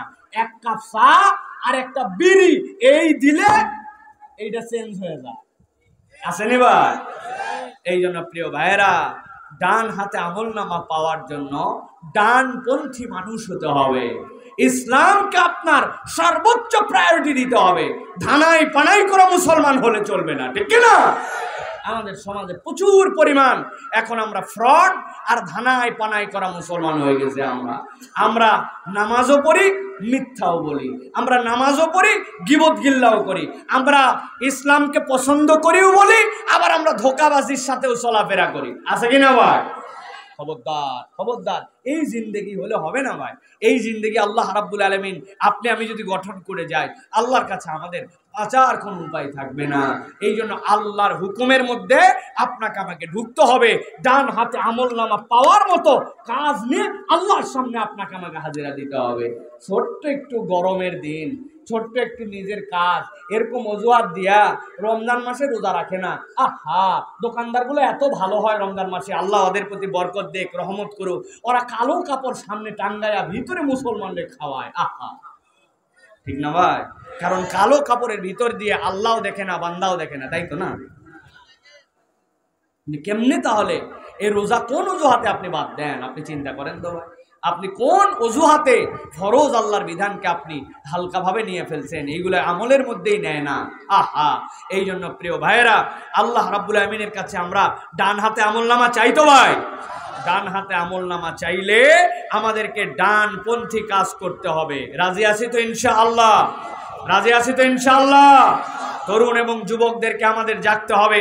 তরুণ আর যুবকরা যদি না জাগে তাহলে এই বাংলাদেশ জাগবে না। কেননা আমরা দেখেছি এর আগ পর্যন্ত, এই যুবকরা জাগার আগ পর্যন্ত আমরা মনে করেছিলাম আর বোধহয় বাংলাদেশের ভাগ্যাকাশের ওই কালো মেঘ সরবে না, কিন্তু যখন তরুণরা জেগেছে এই বাংলাদেশে পরিবর্তন এসেছে। আর একটা বিপ্লব ইনশাআল্লাহ সামনে আমাদের জন্য দরকার, যেই বিপ্লবে তরুণরা নেতৃত্ব দিবে। ইসলামের বাংলাদেশ হবে, কোরআনের বাংলাদেশ হবে, আল্লাহর আইনের বাংলাদেশ হবে, ঠিক কিনা? এক শ্রেণী এই জাগরণ বুঝতে পেরে এখন ইসলামের বিপক্ষে উঠে পড়ে লেগেছে, ষড়যন্ত্র করে, নানান কিছু করে। মাকারু ওয়া মাকারাল্লাহ ওয়াল্লাহু খায়রুল মাকিরিন। তোমরাও কৌশল করো, আল্লাহও কৌশল করেন। আল্লাহর কৌশল কখনো দুনিয়ার কারো কৌশলের কাছে কখনো পরাজিত হবে না। অতএব ইসলামপন্থী যারা, আল্লাহকে পছন্দ করে যারা, একবার যদি আমলে বলিয়ান হতে পারে এই তরুণদেরকে হারাবে, পরাজিত করবে, এরকম কোনো শক্তি না ছিল, না আছে, না আসবে। ইসলামের বিজয় অবশ্যম্ভাবী, ঠিক কিনা? আমি আমেরিকায় ছিলাম, এক ইউনিভার্সিটির ছেলেরা, আপনারা এই যে কম্পিউটারে ইন্টেল দেখছেন, আপনারা ইন্টেলে বাংলাদেশে অনেক ইঞ্জিনিয়ার কাজ করে। এই যে কম্পিউটার খুললে আমাদের যে এই বিভিন্ন ইন্টেলের যেই সফটওয়্যার লাগে, ওখানে আমাকে একদল তরুণরা জিজ্ঞাসা করছে যে শেখ, এত প্রোটেস্ট হলো গাজার জন্য, এত প্রতিরোধ, এত মিছিল, এত মার্চ ফর গাজা, এত হার্ভার্ড ইউনিভার্সিটিতে প্রোগ্রাম হলো, সারা পৃথিবী যুবকরা, তরুণরা সেখানে কোনো ধর্ম বর্ণ তারা মানে নাই, তারা ফিলিস্তিনের পক্ষে এত কিছু করলো। আসলে তো আক্রমণও বন্ধ হলো না, যা মরার মরে গেল, যা তাদের ক্ষতি হওয়ার হয়ে গেল, যারা কবরে চলে যাওয়ার চলে গেল, আসলে হলো কি এত কিছু করে? এরকম করে কখনো ভাবছেন ভাই? তারা কিন্তু ভাবছে, ভেবে জিজ্ঞাসা করছে যে আসলে কি। আল্লাহ আমার মাথায় যতটুকু দিছেন, আমি যখন তাদেরকে বললাম, ভাই আপাত দৃষ্টিতে আমরা আসলে কিছুই দেখতে পাচ্ছি না, যে না মারা বন্ধ হলো, না কিছু হলো, কিন্তু আমি একটুখানি সামনে দেখতে পাচ্ছি। কি দেখতে পাচ্ছেন? আমি দেখতে পাচ্ছি আজকের যেই তরুণ 18 বছর বয়স, 20 বছর বয়স, 25 বছর বয়স, 30 বছর বয়স, এই ফিলিস্তিনের পক্ষে, গাজার মজলুমদের পক্ষে যারা আজকে ওই জায়নবাদীদের বিপক্ষে যারা স্লোগান দিল, যারা ভালোবাসা দেখালো, তাদের শিশুদেরকে হত্যার বিপক্ষে যারা দাঁড়ালো, যারা তাদের জন্য ডোনেশনের জন্য চান্দা উঠালো, এই মানুষগুলা দেখলো কিছুই হয়তো হলো না, কিন্তু আমি দেখতে পাচ্ছি ভিন্ন কিছু। যাদের বয়স আজকে 20, 25, 30, এরা আজকে 20, 25, 30, তারা জায়নবাদীদের বিপক্ষে একটা ঘৃণা লালন করছে, ইহুদিবাদী চরিত্র তারা দেখছে, তারা তাদের বর্বরোচিত হামলা দেখছে, তাদের ক্যারেক্টার তাদের সামনে প্রকাশ হয়ে গেছে, কতটুকু অমানবিক তারা হতে পারে এটা তাদের সামনে উজ্জ্বল হয়েছে। আজকে তারা স্টুডেন্ট, আজকে তারা কেবল কাজ শুরু করেছে, কিন্তু আফটার 10 ইয়ার্স, আফটার 15 ইয়ার্স তারা এই দেশের কোনো না কোনো জায়গার প্রতিষ্ঠানের প্রধান হবে, কোনো না কোনো জায়গার তারা সিনেটর হবে, কোনো না কোনো জায়গার তারা রাজনৈতিক লিডার হবে, কোনো না কোনো জায়গায় তারা দায়িত্বের জায়গায় যাবে। আজকে যেই বীজ তাদের অন্তরের মধ্যে ঢুকায় দিল, আগামী 15 বছর পরের ইতিহাস দেখবে তখন তোমরা, ওরা যখন দায়িত্বে আসবে তখন এই সকল বর্বচরিত, এই সকল নিকৃষ্ট, এই সকল শতাব্দীর সবচেয়ে খারাপ মানুষগুলো আস্থা করেও জায়গা পাবে না। আগামীর বিশ্ব তখন ইসলামের বিশ্ব হবে, ঠিক না? আপনি হাজারটা প্রোগ্রাম করে ইসলামের ওই বার্তা পৌঁছাতে পারতেন না। ওরা আমাদের 40-50 হাজার মানুষকে মেরে প্রত্যেকটা নাগরিকের কাছে ইসলামের যে বার্তাটা পৌঁছায় দিয়েছে, ঠিক না? সুতরাং দৃষ্টিভঙ্গি বদলান। আপনি তরুণ, নিজেকে মূল্যায়ন করেন, মনে করেন না আমি একজন গার্মেন্টস কর্মী, আমি নর্মাল একজন ব্যবসায়ী, অত শিক্ষিত না। না, আপনার ইমান সবচেয়ে দামি। অতএব ইমানের ডালপালাটা পুষ্প পল্লবিত করেন, ওইটাকে আপনি আমলে নেন, আপনি একজন ইসলামের মুজাহিদ হিসাবে নিজেকে গড়ে তোলেন। আগামীর বাংলাদেশে এই তরুণদের প্রয়োজন আছে কিনা? আমরা সর্বশেষ পয়েন্টে যাব এখন। কিয়ামতের ময়দানে ডেডিকেটেড এইটা, আল্লাহ রাব্বুল আলামিনের সামনে এক শ্রেণীর লোক হাজির হবে, যেই মানুষেরা আল্লাহর কাছে বলতে শুরু করবে, কি আফসোস আর কি আফসোস আমাদের। আল্লাহ উল্লেখ করতেছেন কোরআনুল কারীমের মধ্যে, সূরা ফুরকান 28 নম্বর আয়াতের মধ্যে আল্লাহ বলছেন ওই মানুষগুলো আল্লাহর কাছে বলতে শুরু করবে, ইয়া ওয়াইলাতা লাইতানি লাম আত্তাখিজ ফুলানান খলিলা লাকাদ আযাল্লানি আনিয যিকরি বা'দা ইয জাআনি ওয়া কানা আশ-শাইতানু লিল ইনসানি খাযুলা। আল্লাহ বলছেন ওই দিন এক শ্রেণীর লোক আল্লাহর সামনে আসবে, আসার পরে বুক চাপড়াবে, কপাল চাপড়াবে, আর আল্লাহর কাছে বলতে শুরু করবে, ইয়া ওয়াইলাতা লাইতানি, আজকে আমাদের কি আফসোস, কি আফসোস, বুক ফেটে গেল আমাদের। কেন আফসোস? আল্লাহর কাছে বলবে, লাম আত্তাখিজ ফুলানান খলিলা, আমি যদি অমুককে বন্ধু না বানাতাম আজকে তাহলে আমি বেঁচে যেতাম। অমুকটা কে ভাই? ওই অমুকের নাম কি? আল্লাহ রাব্বুল আলামিন এটা শূন্য স্থান বানায় রেখেছেন।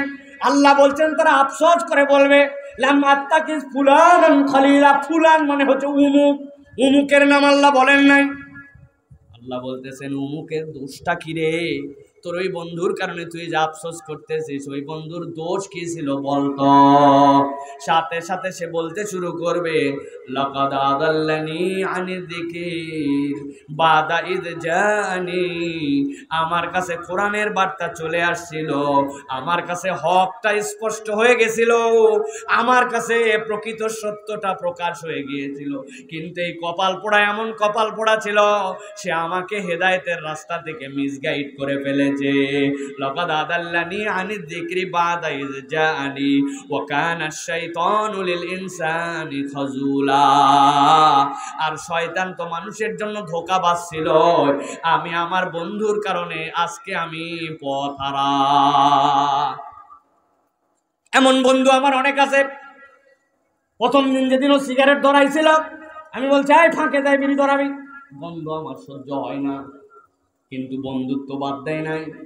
ওই দোস্ত যিনি ফাঁকে যায় বিড়ি ধরাতো, একদিন 2 দিন 10 দিন একসাথে থাকার পরে 7-8 দিন পরে যখন ওই বন্ধুই সিগারেট ধরাইছে তখন দোস্তকে ডাক দিয়ে বলছে, দোস্ত তোর পরে কিন্তু আমি ফার্স্ট কল। বলছে কি রে? কয়দিন আগে না তুই বললি গন্ধ সহ্য হয় না, কয় তোর সাথে থাকতে থাকতে অভ্যাস হয়ে গেছে, আর কোনো সমস্যা নাই। আগে বিড়ি খাইতো না, এখন বন্ধুর খপ্পরে পরে বিড়িখোর হয়েছে। এরকম লোক এলাকায় নাই? আন্দাজি কথা বলেন না, এরকম লোক আর নাই বললেই চলে। কেননা এইটা বহু আগে শেষ, এখন হয়েছে গাঁজাখোর, ঠিক না? বলছে দোস্ত আর কত বিড়ি খাবি, সামনে একটা পূজা পার্বণ, সামনে একটা ঈদ বলে আসে না, তুই অপেক্ষা কর, আমি মাল নিয়ে আসতেছি, তুই একটা বিড়ির ভিতর থেকে খালি মাল বাইর করে ফেলা। ও বিড়ির থেকে ঠোকা দিয়ে মাল বাইর করছো, এটা পুড়িয়া নিয়ে আসে, আইসে ছোট ছোট করে কাইটে ওর মধ্যে ঢুকায় দিয়ে 2 জন মিলে টানে, আর ঘোষণা দেয় 1 টানেতে যেমন তেমন, 2 টানেতে রাজা। গাজীপুর অঞ্চলে উহার নাম গাঁজা, আছে না ভাই? আবার বাংলাদেশে একটা সরকারি গাঁজার মেলা হয়, মেলার নাম কে বলতে পারবেন? বলছে যে এটা গাঁজা বলবে সে এখনো মানুষও হতে পারে নাই, এটার নাম সিদ্ধি। ওরে শয়তান, ঠিক কিনা? ডাইরেক্ট আপনি মাদকের মেলা বানাচ্ছেন, যুবকদেরকে বিভ্রান্ত করতেছেন। আমার মাহফিল ওই দিন কুষ্টিয়াতে ছিল, কুমারখালীতে। আমি আমার বাপ দাদার জন্মে এত মাইক্রো, এত গাড়ি, এত কিছু কুষ্টিয়া শহরে দেখি নাই। আমি পরের দিন চাপাই মাহফিল, ওই দিক দিয়ে আমি রওনা হচ্ছি, হাজার হাজার মাইক্রো আর হাজার হাজার তরুণ। কথা হচ্ছে কি এমন ওখানে আছে যার জন্য মাইক্রো ভাড়া করে আসা লাগছে? আসলে কিচ্ছু নাই, অন্য জায়গায় গাঁজা খাইলে, অন্য জায়গায় নেশা করলে ধরা খাওয়া লাগে, আর এই জায়গাতে সরকারিভাবে পাওয়া যায়। ওনারা একদিনের জন্য হলেও এই সুযোগ সুবিধা নেওয়ার জন্য গেছে। ওইখানে কেউ বাধা দেওয়ার নাই, ওইখানে কেউ ঠেকানোর নাই। আল্লাহ রাব্বুল আলামিন বলছেন, লাকাদ আযাল্লানি আনি যিকরি বাদা ইয জানি ওয়া কানা আশ-শাইতানু লিল ইনসানি খাযুলা। ওই মানুষগুলা আপনি দেখতে পান, অনেক মানুষের কম বন্ধুত্বের সাথে সম্পর্ক করে তারা আল্লাহর দিক থেকে পথ হারাইছে। আপনি আসরের নামাজে মসজিদে ঢুকতেছেন, এমন সময় এক দোস্ত আছে, এই কই যাস, কই যাস? মসজিদে যাই। ওই দোস্ত বড় ভাইয়ের থেকে আজকে একটা বাইক পাইছি, দেখতে পাচ্ছিস কি বাইক? R15 Yamaha FZS। পিছনে ওঠ, আজকে ফাঁকা রাস্তা আছে, জিরানি পর্যন্ত টাইনে আসবো। বলছে দোস্ত বাজে তো এখন 4:13, আর 2 মিনিট মাত্র আসরের আছে, আমি নামাজটা পড়ে তারপরে যাব। কই তোর নামাজ প্রত্যেক দিন থাকবে রে পাগলা, প্রত্যেক দিন বাইক পাওয়া যাবে না, আসলে আস, না হলে আরো বন্ধু আছে তাক তুলবো। ও চিন্তা করছে কথা তো ঠিকই রে, নামাজ তো পরেও পড়া যাবে, আসর তো প্রতিদিন থাকবে, মোটর সাইকেল প্রত্যেক দিন না পাওয়া যেতে পারে। ওই রকম করে এক বন্ধুর সাথে মিশে 1 দিন 2 দিন করে নামাজ বাদ দিতে দিতে বেনামাজির দপ্তরে নাম লেখায় ফেলছে। খারাপ সঙ্গে থাকতে থাকতে নেশাখোর হয়ে গেছে, আচার আচরণ পরিবর্তন হয়ে গেছে। বন্ধুর চরিত্র এরকম খারাপ হয়, এরকম নজির এলাকায় আছে কিনা? কথা বলেন, আছে? আমার আল্লাহ বলছেন লাকাদ আদাল্লানি আনি যিকির বাদা ইজ জানি, সত্য তোমার কাছে চলে আসছিল, তারপরেও তুমি তার খপ্পরে পড়ে তুমি আজকের দিনে তাকদীর হারাইছো।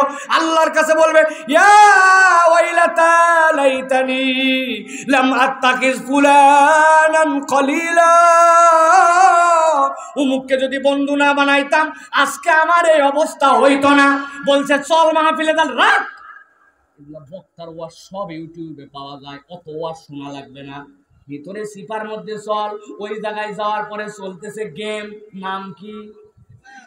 বাবা সবাই জানেন দেখি, সুন্দর করে উনি গেম খেলে, মোবাইল ঠেলে, এদিক ওদিক যায়। ওয়াজ মাহফিল ভালো লাগে না, দিনের কথা বললে তার ভিতরে কাজ করে না। আল্লাহ বলছেন আসো আমার কাছে, আসার পরে ঠেলা বুঝতে পারবে। এই জন্য নবীজি বলছেন আল মারু আলা দীনি খলিলি, বন্ধু তার বন্ধুর রঙে কিন্তু রূপান্তর হয়। কার সাথে ঘুরলেন, কারে বন্ধু বানালেন, বাড়িতে যাই চোখ বন্ধ করে একটু ভাইবে দেখে, ঠিক না? মুসলমানের বন্ধু মুতে পানি নেয় না, দাঁড়ায়া মুতে, সে আবার মুসলমানের বন্ধু হয় কেমনে? ও তো তোমার জানাজার পর্যন্ত আসার পরে বদদুয়া ছাড়া দোয়া করতে পারবে না, ঠিক না? তোমার জানাজায় আসবে, আসার পরে ডান হাতের উপরে বাম হাত দেওয়া লাগবে কিনা তা জানে না, সূরা ফাতিহা মাতেও পড়া লাগবে না, আল্লাহ বাঁচাইছে জোরে পড়া লাগে না, তাছাড়া সব লোক জানে ফেলতো, ও কিচ্ছু পড়ে নাই, খালি মুসাই জানাজার দোয়া জানে, জানে জানাজার দোয়া জানে না, জীবনে দোয়া কোনো ঠিক করে নাই এখন পর্যন্ত। হ্যাঁ, জানাজার দোয়া জানবে কেমনে? আপনি কারে বন্ধু বানাচ্ছেন একটু ভেবেন। মুরব্বীরা আবার খুব চালাক, উনারা বড় গলায় বলে বাবা দুনিয়াটা শেষ, ভালো মানুষ আর না, বলে না মুরব্বীরা? এই কথা যেগুলো বলে না, এগুলো আমার সহ্য হয় না। উনি বলে দুনিয়া ভালো, আগে ভালো ছিল বাবা, দুনিয়া ভালো। আপনি ভালো হলে সমস্যা কোথায়? আপনি ভালো হলেই তো আপনাকে আমি পাইয়ে যাই। উনি নিজে ভালো হবে না, কিন্তু খালি ভালো মানুষ আর না, দুনিয়াটা শেষ হয়ে গেছে। নিজে বদলান না কেন? নিজে বদলালে তো মানুষ একটা ভালো মানুষ খুঁজে পায়, ঠিক না? এটা ফাঁকিবাজ, শয়তান। ওই যে আল্লাহ রাব্বুল আলামিন বলেছেন ওয়াকানা শাইতানু লিল ইনসানি খাজুলা, ও মাথার মধ্যে বুদ্ধি দিয়ে রাখছে আগে ভালো ছিল এখন আর নাই, চলে না, সমাজে আর চলে না, এটা মুড নিয়ে চলতেছে কেন? এই জন্য আমি বলবো সবার আগে আমাকে ভালো হওয়ার চেষ্টা করতে হবে। মানুষের দোষ দেখে আমার লাভ কি? আমি ভালো হলে আরেকজন একটা ভালো মানুষ খুঁজে পাবে, ঠিক কিনা? এই জন্য আমাদেরকে পরিবর্তন হতে হবে প্রিয় ভাইয়েরা। সর্বশেষ এইটার একটা আয়াত আপনাদেরকে বলে শেষ করব। এই আগ পর্যন্ত যতগুলো আফসোস করছে ওখানে কোনো বিচার ছিল না এরপরে, কিন্তু এই একটা আফসোসের কারণে আল্লাহ রসুল চেতে যাবেন, ওই দিন রেগে যাবেন। আল্লাহ বলতেছেন আমার হাবিব ওই মানুষগুলা যখন বলবে লাম্মা তাকিজ ফুলানান খলিলা, আল্লাহ নবী তখন বলবেন আল্লাহ আমার একটা কথা আছে। কি কথা? আল্লাহ বলছেন নবীর কথাটাও জানায় রাখলাম। ক্বালার রাসূলু ইয়া রাব্বি ইন্না কওমি ইত্তাখাযু হাযাল কুরআনা মাহজুরা। আল্লাহ এই কোরআনের বার্তা রাত 12টা পার হয়ে গিয়েছিল। জামিয়া আরবিয়া আয়েশা সিদ্দিকা রাদিয়াল্লাহু তাআলা আনহা মহিলা মাদ্রাসার উদ্যোগে পুরুষদের জন্য ওয়াজ আয়োজন করা হয়েছিল। তাদের কাছে গভীর রাত পর্যন্ত কোরআনের বার্তা তুলে ধরা হয়েছিল। তারা মুগ্ধ হয়েছিল, কষ্ট করে ঘন্টার পর ঘন্টা বসেছিল।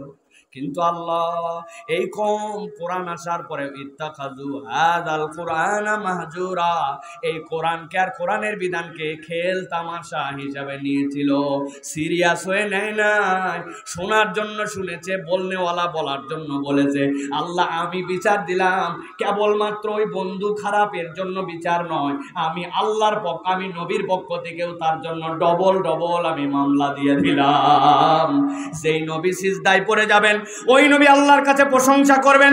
আল্লাহ বলবেন ইরফা রাসাকা ইয়া হাবিবি, আপনি মাথা উঠান, আপনি শাফাত করেন। যার ব্যাপারে শাফাত করবেন আমি আল্লাহ তার সুপারিশ গ্রহণ করব। ওই নবী যদি আপনার আমার বিপক্ষে চলে যায়, ওই দিন যদি আল্লাহর কাছে বিচার দিয়ে দেয়, এই উম্মতের কি বাঁচার আর কোনো উপায় থাকবে? অতএব আমার ভাইয়েরা, আমার প্রিয় মহব্বতের দিনের ভাইয়েরা, কোরআনের যে বিধানই শুনি না কেন, আজকের থেকে কেবল শোনা শেষ। আজকের থেকে নিয়ত করতে হবে আমরা প্রত্যেকটা ক্ষেত্রে আমল শুরু করব, ঠিক না? তাহলে কি নামাজ বাদ দিয়ে থাকা যাবে ভাই? ফজরের সময় কি ঘুমানোর উপায় আছে আর ভাই? যেমনি ওঠা লাগবে তেমনি উঠতে হবে। উঠতে পারি না এটা কোনো অজুহাত নয়। ইমাম সাহেবের কাছে নাম্বার দিয়ে আসেন, ফোন দিবে। যেই লোক নামাজি বন্ধু, তার কাছে খবর দেন, তুই আমার গায়ের মধ্যে পানি ঢালে উঠবি, প্রয়োজনে আমাকে হাঁকায়া বাড়ি লাগাবি, পাশা জানি লাল হয়ে যায়, তাও উঠানো লাগবে, উঠাই লাগবে আমার। আপনি যদি এইটাকে আমল বানাতে চান তাহলে উপায় আপনার আছে। আর আপনি যদি খালি বলেন উঠতে পারি না, তাহলে কিয়ামত হয়ে যাবে, উঠতে পারবেন না, ঠিক না? এইটা আপনাকে তাহলে করতে হবে। মুখ থাকবে, মিথ্যা কথা আর বলা যাবে না, গালি দেওয়া যাবে না।